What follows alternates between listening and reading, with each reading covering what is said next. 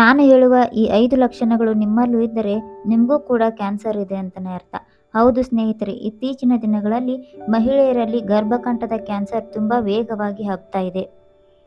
ಈ ಗರ್ಭಕಂಠದ ಕ್ಯಾನ್ಸರ್ ಬರೋದಕ್ಕೆ ಕಾರಣಗಳೇನು, ಹಾಗೆ ಬಂದಮೇಲೆ ಇದರ ಲಕ್ಷಣಗಳೇನೇನಿರುತ್ತೆ ಅಂತ ಈ ವಿಡಿಯೋದಲ್ಲಿ ಪೂರ್ತಿಯಾಗಿ ನಿಮಗೆ ಹೇಳ್ಕೊಡ್ತೀನಿ. ಅದಕ್ಕೂ ಮೊದಲು ನನ್ನ ಚಾನಲ್ನ ಯಾರು ಸಬ್ಸ್ಕ್ರೈಬ್ ಮಾಡ್ಕೊಂಡಿಲ್ಲ ಅಂದರೆ ಸಬ್ಸ್ಕ್ರೈಬ್ ಮಾಡ್ಕೊಳ್ಳಿ. ವಿಡಿಯೋನ ಪೂರ್ತಿಯಾಗಿ ನೋಡಿದರೆ ನಿಮಗೆ ಅರ್ಥ ಆಗುತ್ತೆ. ಮೊದಲಿಗೆ ಲಕ್ಷಣಗಳನ್ನು ತಿಳಿದುಕೊಳ್ಳೋಣ. ಏನು ಮೊದಲನೇ ಲಕ್ಷಣ ಅಂತಂದರೆ ಜಾಸ್ತಿ ಹೆವಿ ಬ್ಲೀಡಿಂಗ್ ಆಗೋದು. ಇವಾಗ ನಿಮಗೆ ವಯಸ್ಸು 45 ಮೇಲೆ ಇತ್ತಂದರೆ ನಿಮಗೆ ಮುಟ್ಟು ಬರೋದು ನಿಲ್ಲಬೇಕು. ನಿಂತಿಲ್ಲ ಅಂದ್ರೂ ಪದೇ ಪದೇ 1 ತಿಂಗಳಲ್ಲಿ 3 ಸತಿ ಮುಟ್ಟು ಬರೋದು, ಹಾಗೆ ಬ್ಲೀಡಿಂಗು ಕೂಡ ಜಾಸ್ತಿ ಆಗೋದು, ಈ ಥರ ಇತ್ತು ಅಂದರೆ ನೀವು ತಕ್ಷಣವೇ ಹಾಸ್ಪಿಟ್ಲಿಗೆ ಭೇಟಿ ನೀಡಬೇಕು.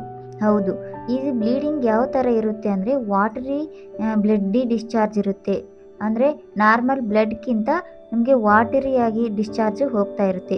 ಈ ಒಂದು ಲಕ್ಷಣ ನಿಮ್ಮಲ್ಲಿ ಏನಾದರೂ ಇತ್ತು ಅಂದರೆ ಕ್ಯಾನ್ಸರ್ ಬರುವಂಥ ಸಾಧ್ಯತೆ ಕೂಡ ಇರುತ್ತೆ. ತಕ್ಷಣವೇ ಹಾಸ್ಪಿಟ್ಲಿಗೆ ಹೋಗ್ಬಿಟ್ಟು ನೀವು ಚೆಕಪ್ನ ಮಾಡಿಸ್ಕೋಬೇಕು. ಈ ಬ್ಲೀಡಿಂಗ್ ಯಾವ ಥರ ಇತ್ತಂದರೆ ತುಂಬ ಸ್ಮೆಲ್ ಇರುತ್ತೆ, ಹಾಗೆ ಸ್ವಲ್ಪ ಗ್ರೀನ್ ಕಲರ್ ಮತ್ತು ಯೆಲ್ಲೋ ಕಲರ್ ಡಿಸ್ಚಾರ್ಜ್ ಕೂಡ ಈ ಬ್ಲೀಡಿಂಗ್ ಡಿಸ್ಚಾರ್ಜು ಆಗ್ತಾ ಇರುತ್ತೆ. ಇದನ್ನು ನೀವು ನಿರ್ಲಕ್ಷ್ಯ ಮಾಡಲಿಕ್ಕೆ ಹೋಗಬೇಡಿ. ಎರಡನೇ ಲಕ್ಷಣ ಏನಂದರೆ ಸಂಭೋಗದ ನಂತರ ನಿಮಗೆ ಬ್ಲೀಡಿಂಗ್ ಆಗೋದು. ಹೌದು, ಯಾವ ಥರ ಅಂದರೆ ಸೆಕ್ಸ್ ಮಾಡಿದ ಮೇಲೆ ಬ್ಲೀಡಿಂಗ್ ಆಗೋದು ಕೂಡ ನಾರ್ಮಲ್ ಅಲ್ಲ. ಇದನ್ನು ಕೂಡ ನೀವು ಡಾಕ್ಟ್ರನ್ನ ಕನ್ಸಲ್ಟ್ ಮಾಡಿ ತೋರಿಸ್ಕೊಳ್ಳೇಬೇಕು. ಇದು ಒಂದು ಕ್ಯಾನ್ಸರ್ನ ಸೈನ್ಸ್ ಅಂತಲೇ ಹೇಳ್ಬೋದು. ಇನ್ನು 50 ವರ್ಷ ಆಗಿರುತ್ತೆ, ಮೆನೋಪಾಸ್ ಆಗಿರುತ್ತೆ. ಮೆನೋಪಾಸ್ ಆಗಿದ್ರೂ ಕೂಡ ನಿಮಗೆ ವರ್ಷಕ್ಕೆ 1 ಸಲಿನೋ 2 ಸಲಿನೋ ಬ್ಲೀಡಿಂಗ್ ಆಗ್ತಾ ಇರುತ್ತೆ ಅವಾಗವಾಗ. ಇದನ್ನು ನೀವು ಇಗ್ನೋರ್ನ ಮಾಡಲಿಕ್ಕೆ ಹೋಗಬೇಡಿ. ಇದು ಒಂದು ಸೈನ್ ಅಂತಲೇ ಹೇಳ್ಬೋದು.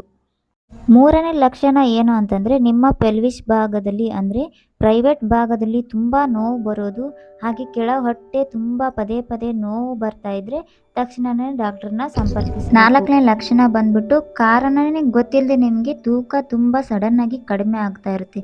1 ತಿಂಗಳಲ್ಲಿ 3 kg 4 kg ತೂಕ ಕಡಿಮೆ ಆಗ್ತಾ ಇರುತ್ತೆ.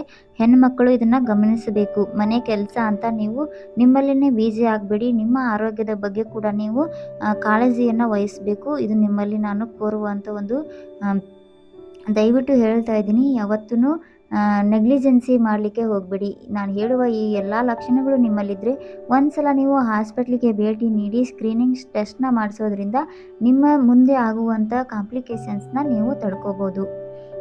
ಹಾಗೆ ಸಂಭೋಗದ ಸಮಯದಲ್ಲಿ ತುಂಬ ನೋವು ಬರ್ತಾ ಇದ್ದರೆ ಮುಂಚೆ ಯಾವುದೇ ಥರ ನೋವು ಇರೋದಿಲ್ಲ.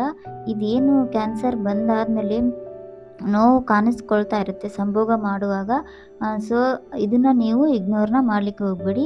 ಒಂದ್ಸಲ ಹಾಸ್ಪಿಟ್ಲಿಗೆ ಭೇಟಿ ನೀಡಬೇಕು. 5ನೇ ಸಿಂಪ್ಟಮ್ಸ್ ಏನು ಅಂತಂದರೆ ನಿಮಗೆ ಹೊಟ್ಟೆ ಹಸಿವು ಆಗೋದಿಲ್ಲ. ಹೌದು ಸ್ನೇಹಿತರೆ, ಹೊಟ್ಟೆ ಹಸಿವು ಕೂಡ ತುಂಬ ಕಡಿಮೆ ಆಗ್ತಾ ಬರುತ್ತೆ. ಊಟ ಮಾಡಬೇಕು ಅಂತ ಅನಿಸೋದಿಲ್ಲ, ಹಾಗೆ ನೈಟ್ ನಿದ್ದೆ ಕೂಡ ಬರೋದಿಲ್ಲ. ಏನೋ ಒಂಥರ ನಿಮಗೆ ಡಿಸ್ಕಂಫರ್ಟ್ ಅನಿಸ್ತಾ ಇರುತ್ತೆ, ಮೈಂಡ್ ಕೂಡ ಡಿಸ್ಟರ್ಬ್ ಆಗಿರುತ್ತೆ. ಈ ಎಲ್ಲ ಲಕ್ಷಣಗಳು ಇದ್ದರೆ ಒಂದು ಸಲ ನೀವು ಹೋಗಿ ಹಾಸ್ಪಿಟ್ಲಿಗೆ ಭೇಟಿ ನೀಡುವುದು ಒಳ್ಳೆಯದು. ಈ ಗರ್ಭಕಂಠದ ಕ್ಯಾನ್ಸರ್ಗೆ ಮೇನ್ ನಮಗೆ ಕಾರಣ ಬಂದ್ಬಿಟ್ಟು ಇದು ಒಂದು ಸೋಂಕು ಅಂದರೆ HPV ಸೋಂಕು ತಗುಲಿರುತ್ತೆ. ಈ ಸೋಂಕು HPV ಅಂದರೆ ಹ್ಯೂಮನ್ ಪ್ಯಾಪಿಲೋಮಾ ವೈರಸ್ ನಮ್ಮ ಗರ್ಭಕಂಠಕ್ಕೆ ಸೋಂಕು ತಗುಲಿರೋದ್ರಿಂದ ಕ್ಯಾನ್ಸರ್ ಬರುವಂಥ ಸಾಧ್ಯತೆ ಇರುತ್ತೆ. ಸೊ ಇದನ್ನು ಯಾವ ಥರ ನಾವು ತಡೆಗಟ್ಟಬೇಕು ಅಂತಂದರೆ ನೀವು ತಕ್ಷಣ ಈ ಎಲ್ಲ ಲಕ್ಷಣಗಳು ಕಂಡ ತಕ್ಷಣ ಹಾಸ್ಪಿಟ್ಲಿಗೆ ಹೋಗ್ಬಿಟ್ಟು ಡಾಕ್ಟ್ರು ಹೇಳಿರ್ತಕ್ಕಂಥ ಕ್ಯಾನ್ಸರ್ ಸ್ಕ್ರೀನಿಂಗ್ ಟೆಸ್ಟ್ನ ಮಾಡಿಸ್ಬೇಕು. ಹೌದು, ಅದರಲ್ಲಿ ನಮಗೆ HPV ಸೋಂಕು ಏನಾದರೂ ಡಿಟೆಕ್ಟ್ ಆಯಿತು ಅಂದರೆ ಕ್ಯಾನ್ಸರು, ಇಲ್ಲ ಅಂತಂದರೆ ನಿಮಗೆ ಏನು ಕಾಂಪ್ಲಿಕೇಶನ್ ಇಲ್ಲ ಅಂತ ಅರ್ಥ.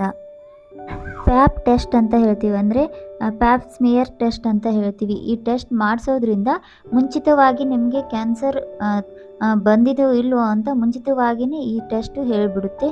ಸೊ ಹಾಗಾಗಿ ಈ ಸ್ಕ್ರೀನಿಂಗ್ ಟೆಸ್ಟು ತುಂಬ ಮುಖ್ಯ. ಈ ಸ್ಕ್ರೀನಿಂಗ್ ಟೆಸ್ಟ್ ನಮಗೆ ಫ್ರೀ ಆಗಿ ಬೇಕು. ಎಲ್ಲಿ ಮಾಡ್ತಾರೆ ಅಂದರೆ ಇತ್ತೀಚಿನ ದಿನಗಳಲ್ಲಿ ಇದು ಜಾಸ್ತಿ ಆಗಿರೋದ್ರಿಂದ ನಿಮ್ಮ ಹತ್ತಿರದ ಗೌರ್ಮೆಂಟ್ ಹಾಸ್ಪಿಟ್ಲಿಗೆ ಹೋಗಿ ನೀವು ಡಾಕ್ಟ್ರನ್ನ ಸಂಪರ್ಕಿಸಿದಾಗ ಅವರು ಹೇಳ್ತಾರೆ ಇವಾಗ ಕಾಸ್ಟ್ ಬಂದು ತುಂಬ ಜಾಸ್ತಿ ಆಗಿರೋದ್ರಿಂದ ಅದು ವ್ಯಾಕ್ಸಿನ್ ಹಾಕಿಸ್ಕೋಬೇಕು. ನೀವು ಗೌರ್ಮೆಂಟ್ ಹಾಸ್ಪಿಟ್ಲಲ್ಲಿ ಅವೈಲೇಬಲ್ ಇದ್ದರೆ ವ್ಯಾಕ್ಸಿನ್ನ ಹಾಕಿಸ್ಕೊಳ್ಳಿ, ಇಲ್ಲ ಪ್ರೈವೇಟಲ್ಲಿ ವ್ಯಾಕ್ಸಿನ್ಸ್ನ ಹಾಕಿಸ್ಕೊಳ್ಳೋದಕ್ಕೆ ಟ್ರೈ ಮಾಡಿ. ಎಲ್ಲ ವಯಸ್ಕರಿಗೂ ಇದನ್ನು ವ್ಯಾಕ್ಸಿನ್ಸ್ನ ರೆಡಿ ಮಾಡಿದ್ದಾರೆ. ಸೊ ಹೋಗ್ಬಿಟ್ಟು ಒಂದ್ಸಲ ವಿಸಿಟ್ ಮಾಡಿ ನಿಮ್ಮ ಡಾಕ್ಟ್ರ್ ಜೊತೆಗೆ ಮಾತಾಡಿ. ಮುಖ್ಯವಾಗಿ ನೀವು ತಿಳ್ಕೊಳ್ಬೇಕಾಗಿದ್ದೇನು ಅಂತಂದರೆ, ನಾ ಹೇಳುವ ಈ ಎಲ್ಲ ಲಕ್ಷಣಗಳಲ್ಲಿ ಏನಾದರೂ ಒಂದು ನಿಮಗಿತ್ತಂದರೆ ಕ್ಯಾನ್ಸರ್ ಅಂತ ಭಯ ಪಡೋಕ್ಕೆ ಹೋಗ್ಬೇಡಿ. ಒಂದು ಸಲ ನೀವು ಸ್ಕ್ರೀನಿಂಗ್ ಟೆಸ್ಟ್ನ ಮಾಡಿಸೋದ್ರಿಂದ ಏನೂ ಆಗೋದಿಲ್ಲ. ಎಲ್ಲೋ ನಾವು ದುಡ್ಡು ವೇಸ್ಟ್ನ ಮಾಡ್ತೀವಿ. ಆ ಥರ ಮಾಡೋದಕ್ಕಿಂತ ಮೊದಲು ಒಂದು ಸಲ ವಯಸ್ಸಾದವರು ಈ ಟೆಸ್ಟ್ನ ನೀವು ಮಾಡಿಸ್ಕೊಂಡು ಕನ್ಫರ್ಮ್ನ ಮಾಡ್ಕೊಳ್ಳಿ. ಏನು ಭಯ ಪಡೋದಕ್ಕೆ ಹೋಗ್ಬೇಡಿ.